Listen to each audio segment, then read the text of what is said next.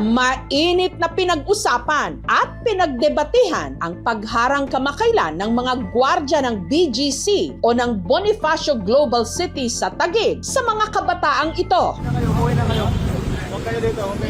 Di umano, hinarang sila dahil sa kanilang mga suot na oversized t-shirt, jorts at baggy pants. Ganito raw kasi ang pormahan at palatandaan sa mga tinatawag nilang Young Stunner. Their place, their rules. Sana hindi sa forma bumasa yung mga marshal.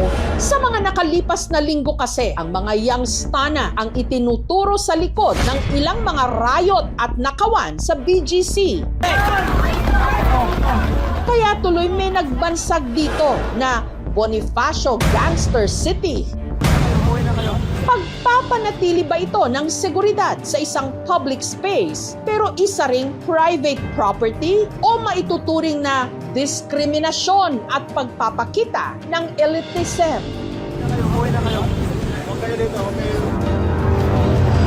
Teka rin muna, Young Stunner, ano yun? Ang grupong bumiyahe pa BGC pero naharang mga tiga-barangay Matandang Balara sa Quezon City. Sila ang magkakaibigang Ralph, Brent at Robert, mga certified Young Stunners.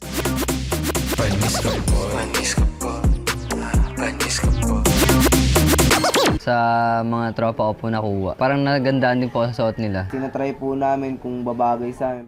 Ang Young Stunner, slang daw ng Young Stunner. Grupo raw sila ng mga kabataang maangas manamit, mahilig magpakitang gilas at hindi takot na maging iba. At kaya raw sila nasa BGC noon para i-pictorial ang mga suot nilang damit. Ito po yung imo-model po dapat namin that time. Pagbaba nga po namin, napansin nga po na isang kaibigan po namin na parang nagraradyo na nga po yung mga guard. Sinikay niya sa nangaraw po kami ng marshal na umalis na nga po. Parang nakaka-intimidate lang po kasi first time lang din po na maranasan na sundan na ganun po. Pakiramdam po namin na parang may nagawa kaming masama. At hindi raw sila magpipicture-picture para lang may pampost online. Pictorial daw sana ito para sa negosyo ni Ralph at ng kuya niya na Young Stunner Fashion. 200 na lang to, G. All at sa'yo, G. Nagbibenta po ako ng clothing, tapos naglalatag po kami ng mga damit po, ganun, para may pera din po ako, ganun. Ito po, ano po ito? 500 po. Tapos yung cup naman po namin, 300. To, bili na kayo neto, G. Solid to. Para marami may love na EA sa inyo. Kung ang mga geng-geng, Y2K o Year 2000 ang pormahan, ang mga Young Stunner, Western hip-hop daw ang fashion inspiration.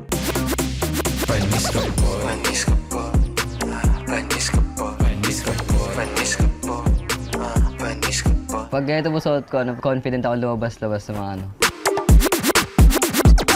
At ang pirming ginagawang backdrop ng mga Young Stunner sa kanilang pictorial, mga kalsada ng BGC. Magaganda po kasi dun yung fat po, tas marami din pong ilaw. Ang isa pang kapansin-pansin sa mga Young Stunner, bukod sa kanilang fashion sense, ang kakaiba nilang tono at lengguwahe. Meron silang sariling bokabularyo kung saan ang mga salita binabaligtad. Evos ka lang lagi sa akin sa bit-bit ko lang lagi yung swag. Pag nagkakayaan po tumambay tapos parang ayaw po yung isa. Yun po yung sinasabi, nai-oyat eh. Yan tayo eh. Pinapaiksi Gusto ka naman, G. Goods lang, sak. Sok tala. o hindi kaya binibigyan ng double meaning. Hindi yan tatagos, Eka. Marami nang sumubok pero hindi natupad ang mga plano. Hindi siya sumasabay sa paglipad ng eroplano. Hey. Ano raw? Tatagos ka ba? May gusto ka sa akin? Hindi ko naiintindihan talaga yung mga ganun salita ngayon. Boss, wala akong idea. Yung bounce na ako, ang pagkaintindi ko parang na-touch, parang nag-bounce po. Nahihirapan man daw ang iba na maintindihan ang mga sinasabi nila. Hindi naman daw nila maunawaan kung bakit ganon-ganon na lang daw sila kung husgahan. Comment po na Youngs Tangas, Kuami, bawal na raw po sa BGC yun kasi pang social na lugar. Kaya po kami sinabihin na Youngs Tanga dahil lang po sa panonood, hindi nga po nila kami kilala para sabihin ng ganun Bagamat iginigiit ng magkakaibigan na wala raw silang balak na manggulo sa BGC, batid din daw nila na may ilang pangkat ng mga Youngs Tana sa ibang mga lugar na napapatrobol. Gaya na lang ng mga Youngs Tana na ito.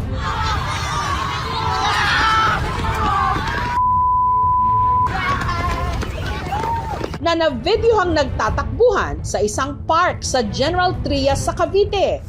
What happened, G? Kabilang sa mga naroroon, ang crew o grupo ng mga magkababatang sina Sian, Joseph, JR at Renan. Ang G10K.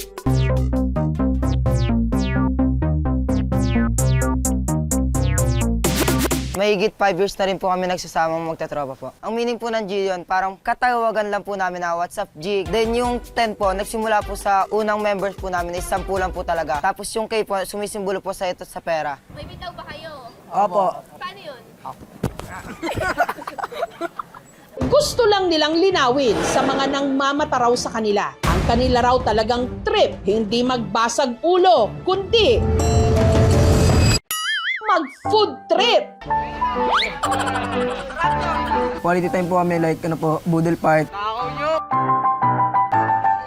Hindi rin daw sila ang may pakana ng gulo nung na-videohan silang nagtatakbuhan sa park. Nadamay lang daw sila ng ibang napatrobol na crew. Nakipag-collab lang po kami sa ibang crew para po sa mga photoshoot po, para marami rin po kami makilala pong kaibigan. Po, nakakasakit rin po kasi sa damdamin yung parang i-judge ka po nila na hindi po alam yung buong story mo, kahit po sa mga formahan mo lang po na mga ganito po. Ang kanila raw crew, lahat good, eka, o good boys. At ang kanila raw focus, ang maabot ang kani-kanilang goals. Pag-aaral na mabuti at pagsunod po sa mga sinasabi nila at sa paggawaing bahay. Kapaki-pakinabang din daw sila. Katunayan, ang kanila raw pampalipas oras, mag-general cleaning sa kanilang barangay. Os! Nag-usap-usap po kami noon na gumawa naman po kami ng tama, hindi puro kamalian na nakikita ng mga tao. Aral mabuti, linis kalsada. Iba rin daw silang magmahal. Loyal daw sila sa kanilang ea cakes o nobya. Alam mo pa rin ba ako kahit maging bulate ako? Siyempre naman. Handa iwan ng kalsada para sa isang prinsesa.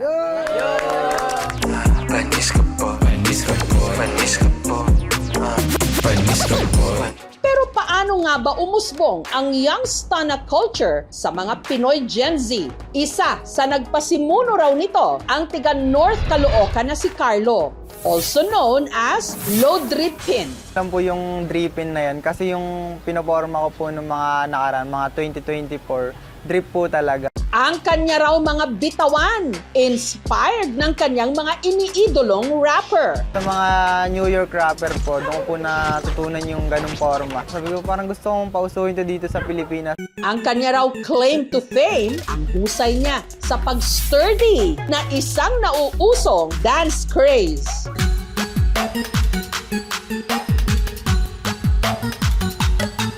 Mahirap po siya matutunan. Gawa ng pagpapractice ka po nun, mahihirapan ka po doon sa mga tutorial po nila sa ibang bansa. Tsaka sasakit pa yung mga tuhod mo nun, gawa ng maninibago pa ganun. Nagtuloy-tuloy na po yun, gumawa ako ng social media. Medyo nakikilala na ako. Panis ka po, panis ka po, panis ka po, panis ka po, panis ka po. Hanggang sa ginaya na nga siya ng napakaraming kabataan. Masarap sa pakiramdam kasi na-impluwensyahan ko sila. Samantala, ang pagbabawal sa mga Youngs Tana na pumasok at gumala sa BGC, naaayon din ba sa batas at patakaran o maituturing din ba itong diskriminasyon? Bilang isang pribadong lugar ay meron namang karapatan ang management kung sino ang papapasukin at hindi papapasukin. Ngunit kailangan maging resonable ito. Kung wala namang nagawang mga pagkakamali o kasalanan ng mga tao sa nakaraan, ay walang karapatan ang sino man para ipagbawal ito. Kahit na pribadong lugar ito. Uwi na kayo.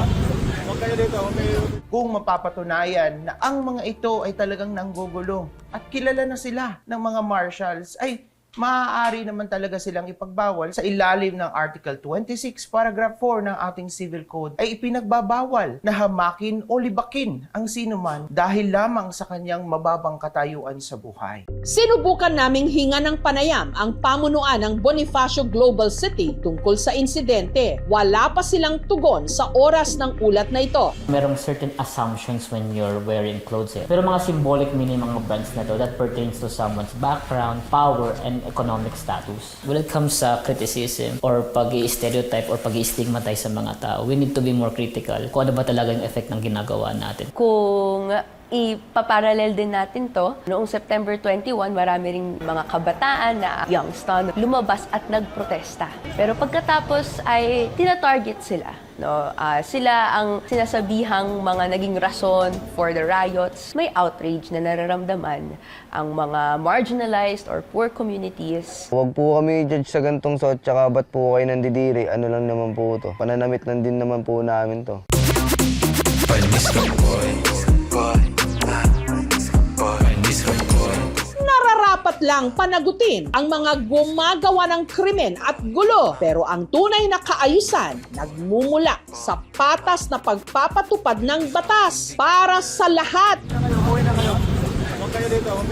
At hindi lang dahil sa hinala base sa pananamit, pananalita o itsura.